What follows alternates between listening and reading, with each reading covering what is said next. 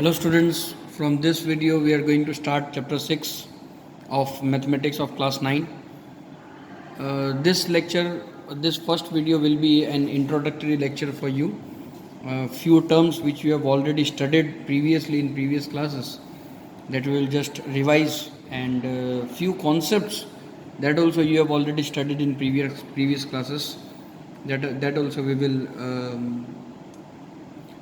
try to revise once so that your knowledge is revised again. Let us start with very beginning. See, you know that this is a line. Okay, it has no ends, and if you name any 2 points as A and B, so this can be represented like AB or ऊपर में एक line. Then you have one side as end point and other as a continuous line. Suppose you name this origin point as A and any other point as B, so this is a ray, and this ray can be represented like AB. And suppose there is a line segment. If you have two end points A and B, then this is a line segment, and this line segment can be represented like AB. However, in this chapter we are not going to use these symbols, because if you write AB, it is understood it is AB line segment or ray or anything which you want to use. Talking about collinear and non-collinear points, the first introduction. Second is collinear and non-collinear points. Collinear points are those points which lie on same straight line. Lie on same straight line. Then such points are called collinear points. Non-collinear points are those points which do not lie on same straight line. Do not lie on same straight line. So for example, I have 3 points like this, A, B and C, and they all lie on the same line. So these 3 points are called collinear points. Suppose I have 3 points like this. Now this A, B and C, here AB is lying on a same plane, same line. AB is lying on other line, BC is lying on other line. So they cannot be collinear points. So they are called non-collinear points. Third concept that we can revise here is about the angles. You know what do you mean by acute angle? Acute angle is less than 90 degree. Then we have obtuse angles. Obtuse angle is greater than 90 degree. And right angle is equal to 90 degree. An angle whose measure is less than 90 is called an acute angle. An angle whose measure is greater than 90 degree is called obtuse angle. An angle whose measure is equal to 90 degree, it is called right angle. So this is the third point. Fourth point we can discuss here is about complementary angles and supplementary angles.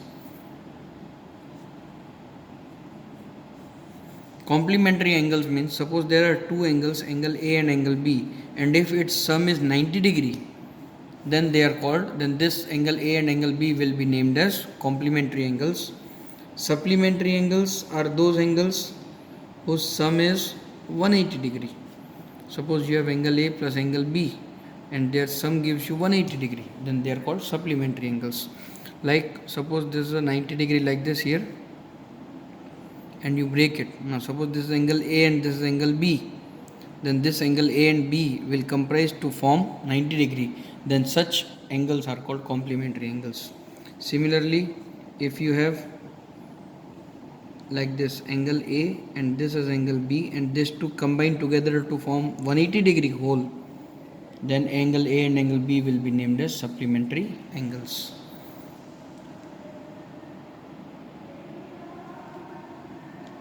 We have one more thing as adjacent angles and opposite angles. Suppose fifth point we can take as adjacent angles. and opposite angles. Now suppose you have a pair of angles like this. As this angle and this angle, they share the same arm, so angle x and angle y can be termed as adjacent angles. But suppose there is a parallelogram or a quadrilateral like this, and this angle is opposite to this angle, then they are called opposite angles. We also have vertically opposite angles. In class 7 you would have studied about this, vertically opposite angles. Now this angle, see there are 4 angles here, angle 1, 2, 3 and 4.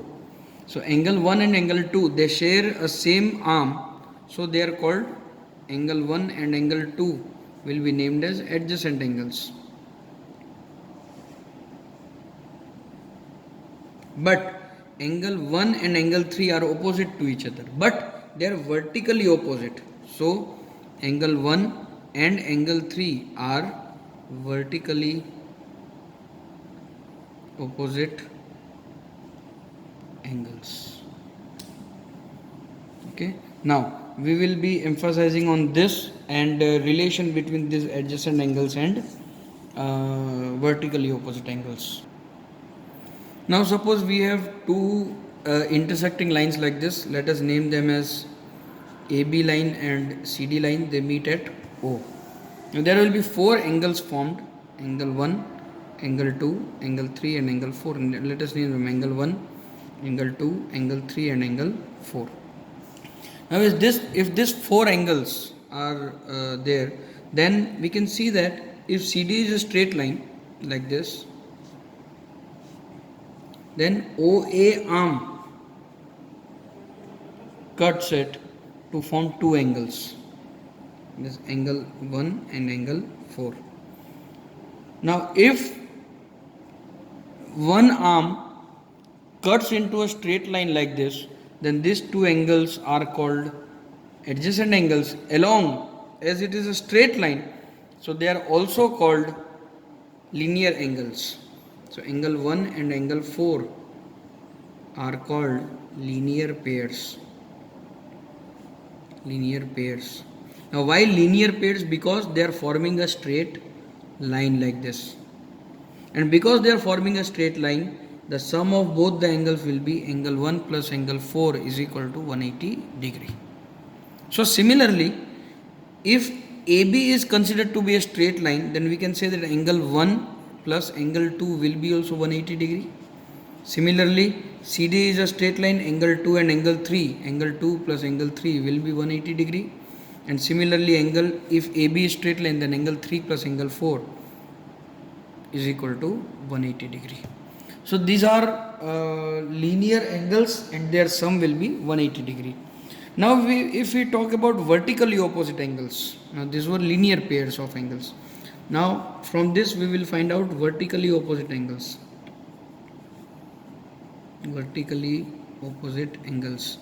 Okay, remember vertically opposite angles in such cases when two lines intersect, they are equal to one another. Angle 1 is equal to angle 3, angle 2 is equal to angle 4. Okay, now remember this. You have to, now these are the contents of chapter class 7 which you have already done, so I am not going more detailed into it. This you can easily do.